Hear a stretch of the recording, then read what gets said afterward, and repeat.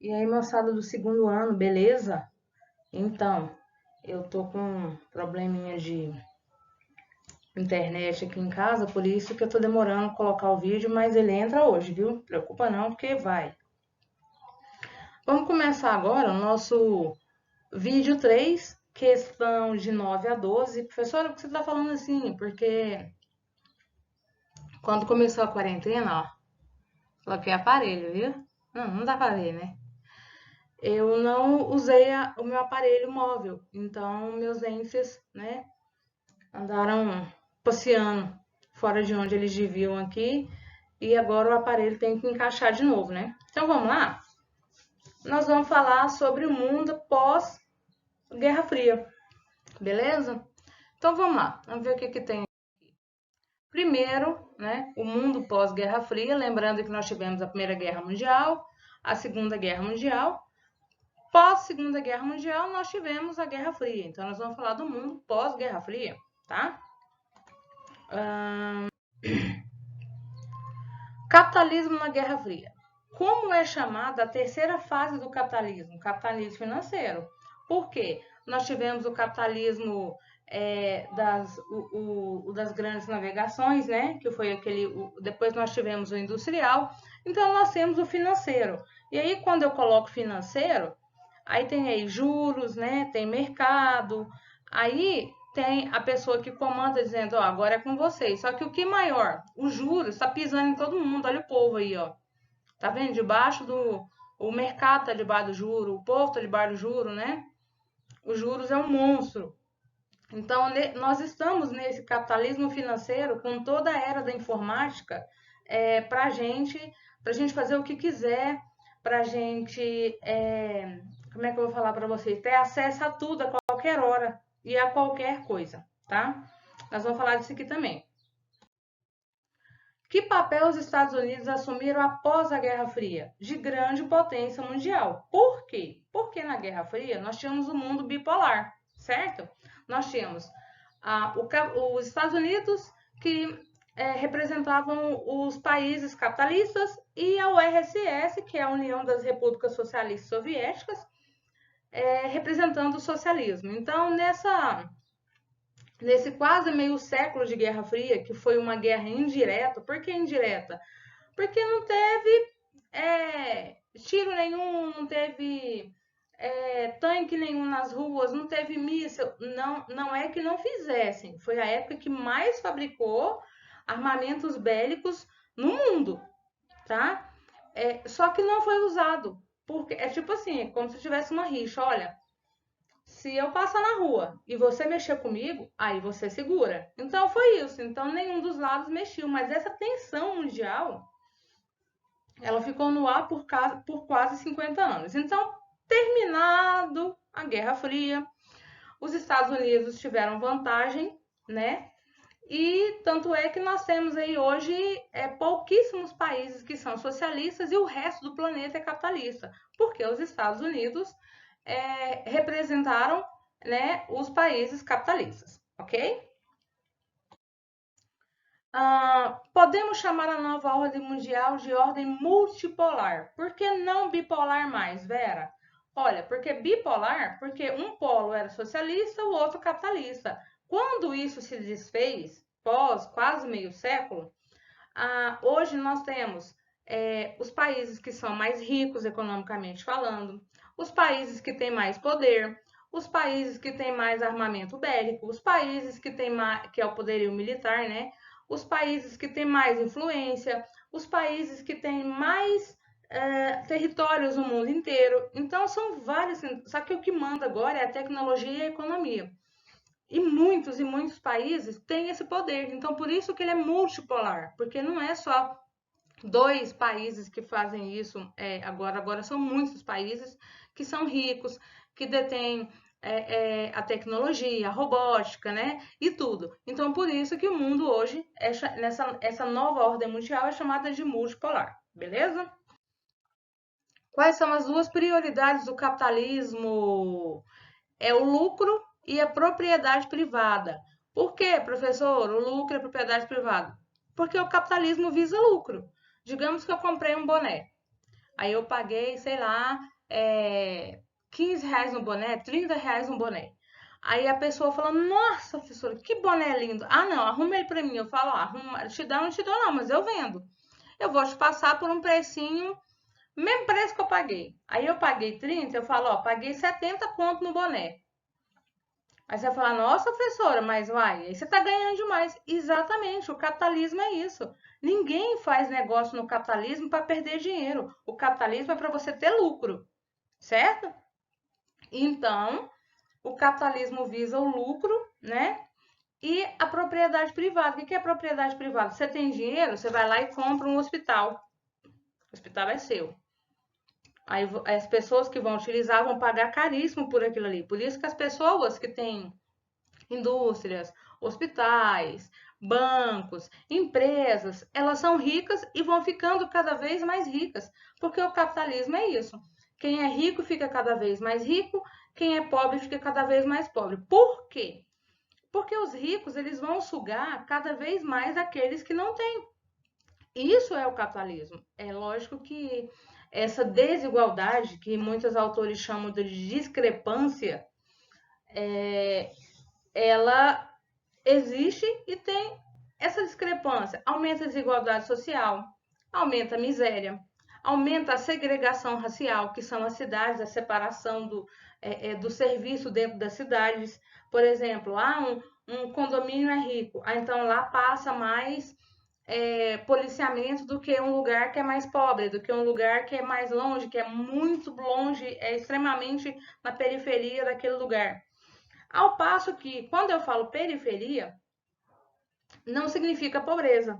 Mas quando eu falo periferia, a primeira coisa que vem na sua cabeça é pobreza. Porque, eu tô na periferia. Gente, periferia significa a borda. Como diz o goiano, a beira, né? Lá na beira da cidade, eu moro na beira da cidade, ou no NEM, né? Então, a periferia, na verdade, é porque o centro, ele já cresceu. Então ele vai crescer para onde? Ele vai abrir, ele vai para as bordas. Isso é o periférico das cidades. Não significando pobreza, mas ao mesmo tempo também é isso. Por quê? Porque as pessoas que mudam para as cidades, elas não têm o dinheiro suficiente para morar no centro das cidades. Ao passo que as pessoas que têm dinheiro agora, elas vão para a periferia e formam condomínios horizontais. Aqui em Anápolis nós temos o Sunflower, o Vila Lobos, o Andracel. Nós temos vários condomínios horizontais e que são na periferia da cidade. Ou seja, na parte pobre não, fica bem longe do centro. Por quê? Porque para lá dá para crescer. No centro agora só cresce verticalmente. Só se derrubar casas e fizer prédios. Aí o centro pode crescer. Agora, crescer, expandir para os lados, não, meus queridos. Beleza? Então vamos lá. O que mudou no mundo após o surgimento de novos polos econômicos? Ou seja, nós temos o mundo multipolar. O que mudou? Nada mudou na distribuição da riqueza do mundo. Os países ricos continuaram ricos e os pobres continuaram pobres. O que acontece? Os países que são chamados de pobres, e hoje nós chamamos de subdesenvolvidos, têm uma melhora no IDH que alguns países, não são todos, né? Tem uma melhora no IDH que é chamado de Índice de Desenvolvimento Humano, e alguns países subdesenvolvidos, que o texto aqui chama de pobre, eles viraram países emergentes, tá? Ou seja, eles saíram dessa nomenclatura de pobre ou subdesenvolvido e não chegaram a ricos ou desenvolvidos, mas estão na metade do caminho. Então, são chamados de países emergentes, tá? Como é conhecida a terceira fase do capitalismo financeiro? Porque pós-guerra nós temos o capitalismo financeiro. E a terceira fase dela é chamada de globalização. Olha as marcas. Nós temos Coca-Cola, nós temos a Nokia, a Heineken, outras marcas aqui, essa aqui a BMW e outras. Se você prestar atenção aqui, são muitas marcas, né? A Sony, essa TKM, TRM, não sei aqui. Então é isso. A terceira fase aqui é chamada de globalização. E todas essas marcas, elas estão no mundo inteiro. Por isso que é globalização. Todas as marcas. Eu tenho empresas chamadas de antes elas eram chamadas de transnacionais. Agora, elas são chamadas de multinacionais, mas é a mesma coisa. E aí, nós temos, então, transnacionais, porque, por exemplo, a Fiat, ela é italiana. Então, a primeira Fiat, ela é chamada de matriz. Então, ela saiu de dentro da Itália, ela ultrapassou a fronteira da Itália. Então, ela é uma empresa transnacional porque ela ultrapassou. Só que agora são chamadas de multinacionais porque essas empresas estão em várias nações. Por isso são chamadas de multinacionais, ok? Então vamos. O que significa aldeia global? É exatamente esse desenho aí, ó.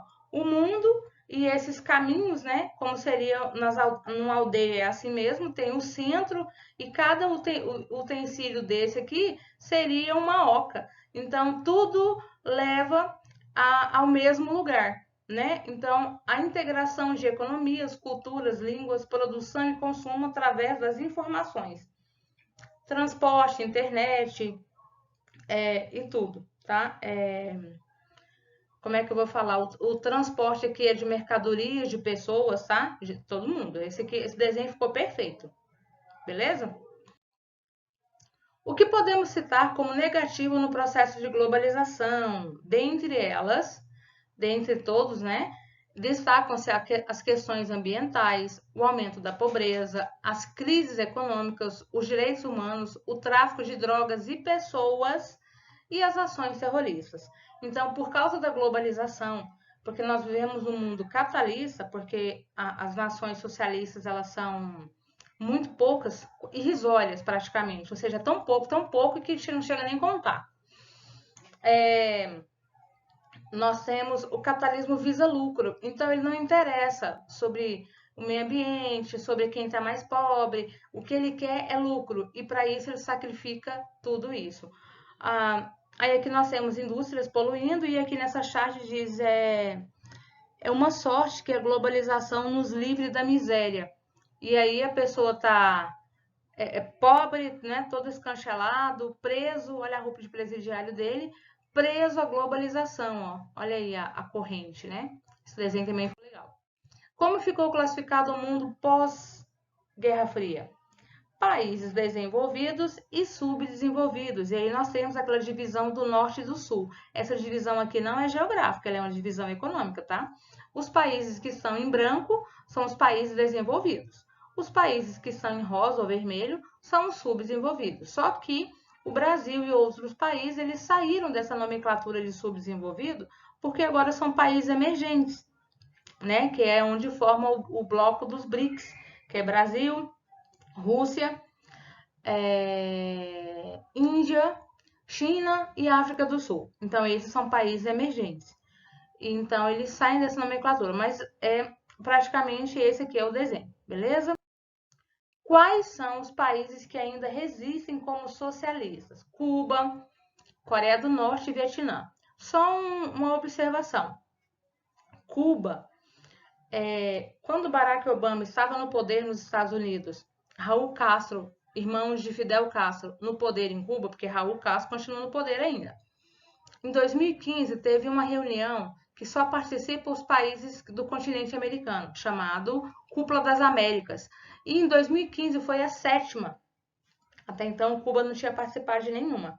Aí Barack Obama convidou Cuba, né, na pessoa de Raul Castro, e desde então, Cuba saiu da lista dos Estados Unidos de países inimigos, país terrorista e etc. Então, Cuba, ele está no meio do caminho para tornar-se capitalista, porque agora ela está recebendo empresa estrangeira, está recebendo capital estrangeiro, está recebendo ajuda dos outros países, coisa que país capitalista não recebe de jeito nenhum, beleza?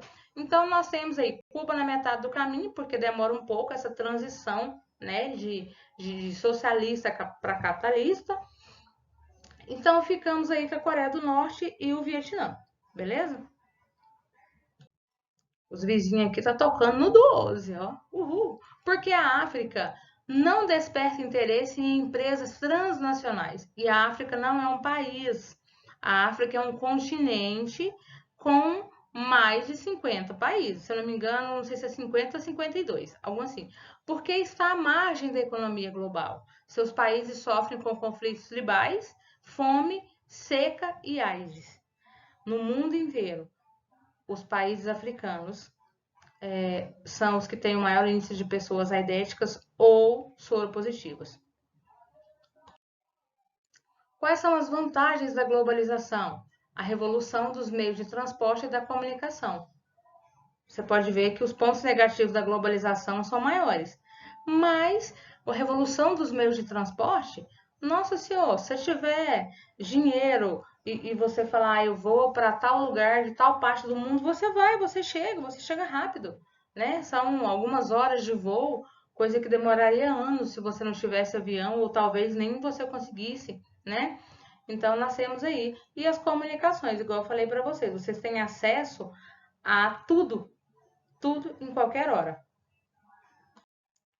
Qual o setor mais importante da revolução técnico-científica? A indústria da informática. Lógico, né? Que é o que manda no mundo hoje. Porque os países desenvolvidos buscam países subdesenvolvidos para fabricar seus produtos e aumentar seu mercado consumidor, para fugirem dos pesados impostos e das severas leis trabalhistas de seus países de origem, mas também aproveitam-se das vantagens da mão de obra mais barata das novas unidades. Por que mão de obra mais barata? Por exemplo, qual que é o nome do salário que a gente recebe? Salário mínimo. Então, ele é o mínimo que as empresas pagam. É lógico que tem gente que recebe mais, porque a qualificação delas é melhor. É o que eu sempre falo para vocês, emprego no Brasil tem demais. O que não está tendo é gente qualificada. E quanto mais qualificado você for, quanto mais curso você fizer, quanto mais você aprender e você focar numa área, quando você trabalha ou ser contratado para fazer aquilo, você vai ganhar mais. Por quê? Porque você manda naquele assunto, porque você fez vários cursos, né? E uma pessoa vai embora hoje e tem 150 para entrar no lugar dela. Então, a mão de obra, ela sobra, né? Eu não preciso pagar mais. Por um salário, eu tenho muitas pessoas para trabalhar. Salário mínimo. O que significa dizer que na fábrica global os processos de produção são mundializados? O que significa? Que possui unidades de produção complementares em vários países. Por isso que é chamado aí de fábrica global. Eu produzo, os Estados Unidos produz coca, no Brasil produz coca, na Argentina produz coca, na Índia produz coca, né? Então é uma fábrica global.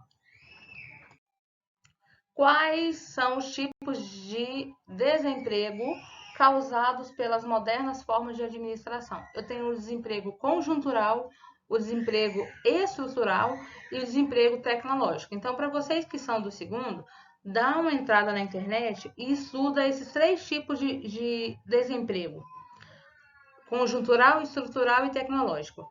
Aqui, ó, aumento do nível de desemprego, a charge. É uma estampa que está super na moda, né? Ele mostra a calça, né? Aqui a calça, ele mostra a calça aqui de alguém que foi dispensado, levou um pé na bunda. Então, é uma estampa que está super na moda. Significa o quê? Que está na moda a pessoa ficar desempregada, né? Olha o título, aumenta o nível de desemprego, beleza? O processo de integração mundial é chamado de globalização. É o que a gente já vem falando aí, né? Como se estabelece uma globalização?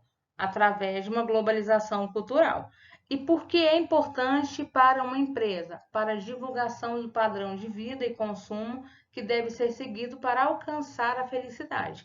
Eu tenho aqui sapato de salto alto fino, sapato de salto alto de salto largo, salto extremamente largo, e aí eu calço conforme eu quero, né? Mas aí na moda agora, porque agora o que é chique é sapato de salto alto com a frente fina, não mais com a frente quadrada. E aí você fica vendo aquilo e todas essa cultura de que você precisa ter para você ser feliz, isso é só para vender. Por quê? Porque o capitalismo, ele pressupõe lucro. Então vamos logo que o tempo está acabando. Cite alguns dos perigos que a globalização facilitou para as pessoas. Atividades do crime organizado, tráfico de drogas de mulheres e crianças, as máfias de várias nacionalidades e o terrorismo. A parte cruel da atual fase do capitalismo financeiro é o quê? É a globalização da pobreza. Que globalização queremos? Uma globalização mais igualitária, com a erradicação da miséria e respeito ao meio ambiente. Infelizmente, devo falar para vocês que essa globalização que nós queremos, ela é praticamente impossível. Questão 9. Assinale a alternativa que apresenta uma afirmação incorreta. A burguesia é uma classe social que possui propriedade dos meios de produção. Correto? O sistema socialista ou de economia planificada é adotado atualmente por número cada vez maior de países? Não. Eu mostrei para vocês que nós temos 3, quase virando 2, né? Vamos para o próximo. No fim da década de 80 e início dos anos 90, a bipolaridade mundial declinou. Da polaridade ideológica e militar leste-oeste, passou-se para a economia e política norte-sul. Isso significa dizer que atualmente há oposição entre o norte rico e industrializado e o sul pobre e em processo de industrialização. Questão 11. Alguma coisa está fora da nova ordem mundial. Caetano Veloso. Como sugere o poeta, os acontecimentos que marcaram a nova ordem econômica e política mundial apresentam também os seus reversos ameaçando essa mesma ordem. Está entre as coisas fora da ordem que contradizem o novo ordenamento mundial pretendido pelas grandes potências. O que está fora da ordem? A guerra civil na antiga Iugoslávia e o crescimento de movimentos étnicos nacionais. Isso aí está fora da ordem, né? E última questão. No pós-guerra, difundiu-se o uso de uma classificação em que os diversos países foram divididos formando o primeiro mundo, o segundo e o terceiro mundo. Essa classificação, no entanto, apresenta, sobretudo, nesse final de século, inúmeros inconvenientes, em virtude do quê? Da incapacidade de criar agrupamentos para países que tenham características híbridas. Beleza? Então, esse é o nosso vídeo 3.